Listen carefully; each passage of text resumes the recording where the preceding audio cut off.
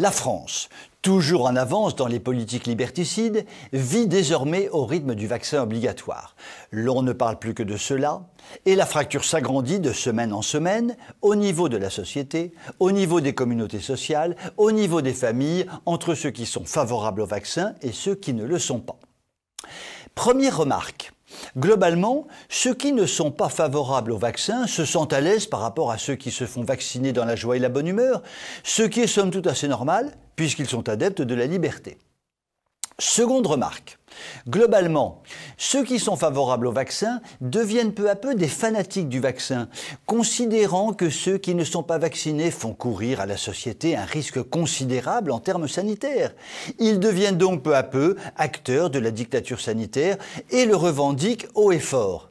À cet égard, les réseaux sociaux, bons indicateurs de l'état de l'opinion, fourmillent de formules bien sympathiques du genre « que les non-vaccinés crèvent » ou bien « qu'on enferme les non-vaccinés dans des camps » ou bien « les non-vaccinés sont des sous-produits de la race humaine », etc., etc.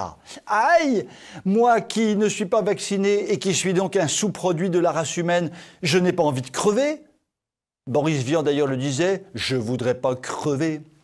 Troisième remarque, globalement, les pro-vaccins ignorent ou refusent de considérer trois aspects des vaccins généralement admis par la communauté scientifique mondiale.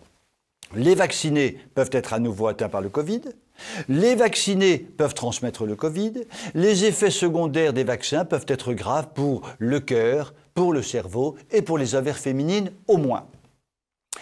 Quatrième remarque, le gouvernement impose dictatorialement un traitement unique en excluant dictatorialement tout autre traitement, ce qui génère des profits pour les laboratoires qui se chiffrent actuellement en dizaines de milliards d'euros et se chiffreront sur la durée en centaines de milliards d'euros. D'où la question que l'on peut légitimement se poser, à qui profite le crime ? Dans ce contexte global, sur le sujet du vaccin, les familles se déchirent, les amis se déchirent, les communautés sociales se déchirent, la société tout entière se déchire. L'on ne compte plus les brouilles définitives entre les pro-vaccins, adeptes de la dictature sanitaire macronique, et les anti-vaccins qui revendiquent haut et fort leur liberté, et la liberté tout court d'ailleurs. Une nouvelle fois, Macron et son triste entourage se révèlent les grands diviseurs diaboliques d'une France bien mal en point.